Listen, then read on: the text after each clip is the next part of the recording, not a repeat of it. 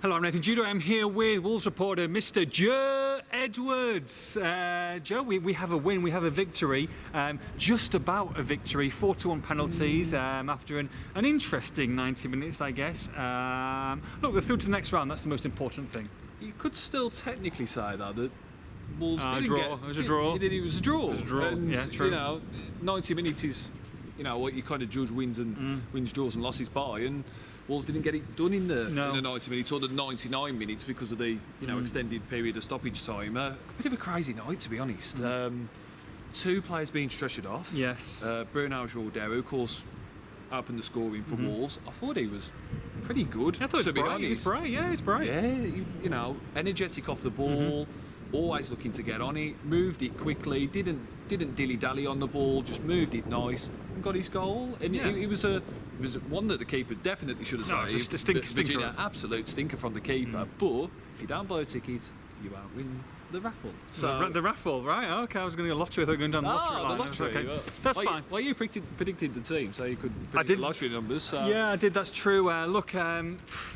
It wasn't a classic, and Reading came in with a pretty young side, and they weren't, definitely not their first team on paper. No. But look, Wolves made lots of changes as well. Some of them did well, some of them not so much. Yeah, 10 changes for both teams.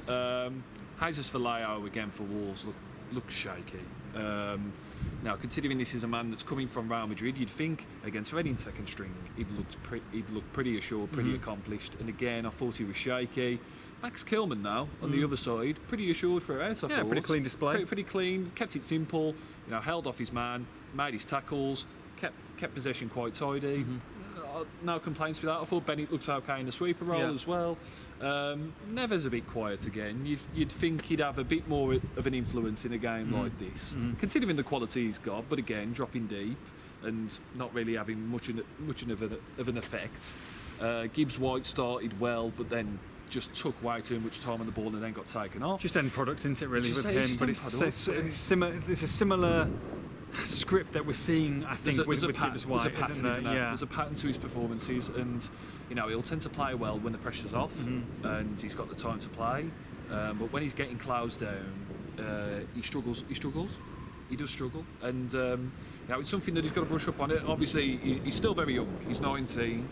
But with 60, 70 kind of senior appearances under his belt now, you'd think perhaps he would have been better acclimatised in those kind of situations. Yeah, and look, they had that 1-0 lead. It's a shame Couturier didn't get on the score sheet tonight, but I thought was a handful, worked hard, but not quite happening for him in front of goal yet. Neto got booked for diving, didn't really do too much for me, Neto, I didn't think. No, it was workmanlike from the both of them, but Neto was almost trying too hard, getting on the ball from deep, trying to run at him at every chance. Got knocked down a couple of times, a cynical booking for Swift, but yeah, it did look like a dive. And then Couturier had that early chance, but apart from that, didn't really work himself in the openings. No, and look, before the equaliser came late on, Wolves were playing pretty much with 9 men.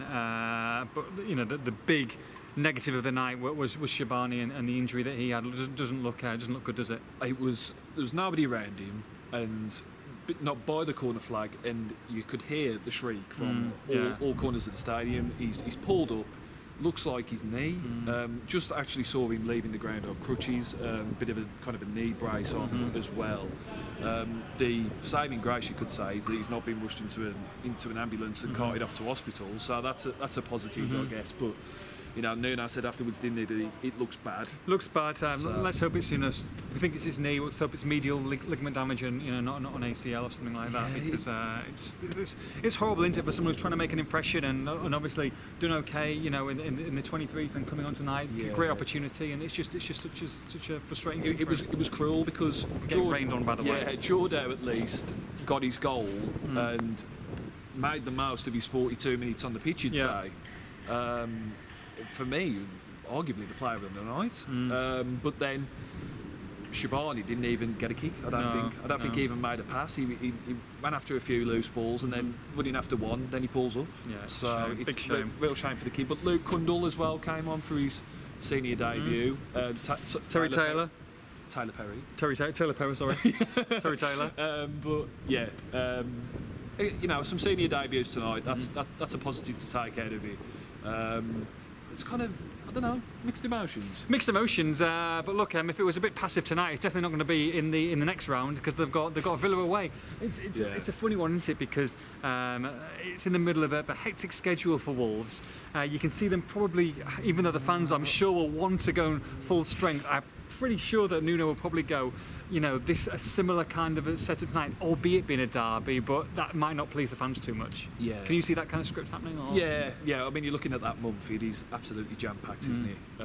Full of away trips. I think the Bratislava trip in the Europa League's in there as well, and a couple of others. So it's a funny one, isn't it? It's one to discuss for another day. But your hand is going to be forced, I guess. I mean, we've got to look at how Jordan and Shabani are. I guess Nuno will probably be hoping that they are.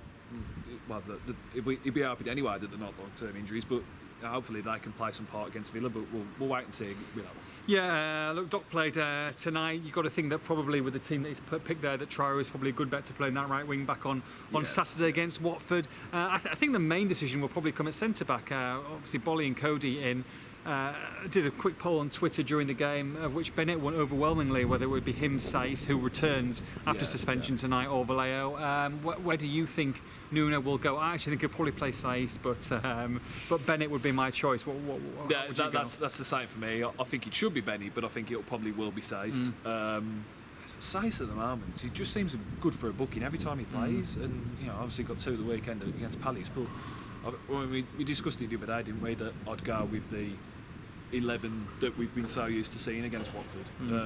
Bennett, Cody, Bolly at the back. That's how I'd go, because these are players that are still stinging from that FA Cup semi-final defeat last season, and I want to put that right, and I want to get back to winning ways in the league. So that's how I'd go. I mean, coming off it tonight, you're just hoping these penalties, putting them all away, emphatically. Really good penalties, penalties. Good save from Ruddy as well. Good save from Ruddy. I mean, they're good 2 out of 2 penalty victories this season already. Well, that's it. So you're hoping that is enough of a positive to go into Watford. Technically, it's still not a win, but it is a confidence boost. Even with the injuries, it is a boost in morale. Yeah, and look, the most important thing is getting 3 points on Saturday. Fingers crossed. It is Wolves 1, Reading 1, 4-2 on penalties. For all the post-match reaction, make sure you log on to expressandStar.com.